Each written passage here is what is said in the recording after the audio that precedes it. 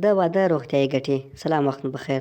که د ملګرو که مو زموږ چینل نه وي سبسکرایب کړی، د نورو معلوماتو د کتلو لپاره زموږ چینل سبسکرایب کړئ، او که مو ویډیو خوښه شوه نو ضرور در سره لایک او شیر کړئ. راځئ نن د واده له ګټو دلته تاسو خبر کړو. لومړی، د جاپان پوهنتون یو څېړونکی وایي مشروع جنسي اړیکې د اکسیتوسین هورمون کچه لوړوي. دغه هورمون د مني هورمون په نوم پېژندل کېږي، چې د زړونو د نږدې کېدو او باور په برخو کې مرسته کوي، چې په نتیجه کې له بې ځایه اندېښنو میرمن او خاوند ژغورل کېږي، او همدا لامل دی چې د ذهني فشار مخه هم نیسي.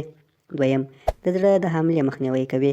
روغتیاپالان وایي چې جنسي روغتیا له جسمي روغتیا سره برابره ګڼل کېږي. یو شمېر د لوړ عمر کسان بیا په دې باور دي چې ښایي د جنسي اړیکو پر مهال یې زړه ودرېږي، خو څېړونکو موندلې چې په منظمه توګه مشروع جنسي اړیکې د زړه له درېدو سره هیڅ تړاو نه لري. ان دا چې جنسي اړیکې د زړه د درېدو یا سکتې په مخنیوي کې هم مهم رول لري. دریم، واده وزن نورمال ساتي. څېړنو ښودلې چې مجردان په نسبت د متأهلو د چاقېدو چانس ډېر کم دی. په هر ځل جنسي اړیکو کې تر 15 کالوریو پورې سوځېږي، چې د انسان د وزن په نورمال ساتلو کې د ورزشي حرکتونو په څېر ګټه لري. څلورم، د وینې په فشار ښه اغېزه لري. ډاکټران وایي مشروع جنسي اړیکې د وینې فشار په ټیټېدو او د فشار په کمېدو کې مهم رول لري.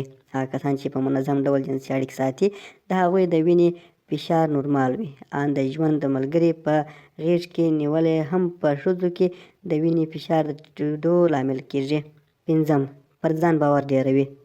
هغه کسان چې د ژوند په چارو کې له ستونزو سره مخ دي او ان نشي کولای چې ډېر عادي چارې هم په ښه توګه ترسره کړي، نو ورته پکار ده چې واده وکړي. د څېړنو له مخې مشروع جنسي اړیکې پر ځان باور پیاوړی کوي. ان هغه کسان چې پر خپل نفس ډېر باور هم لري، هغوی هم د ښه احساس لرلو لپاره مشروع جنسي اړیکې دې ټینګې کړي.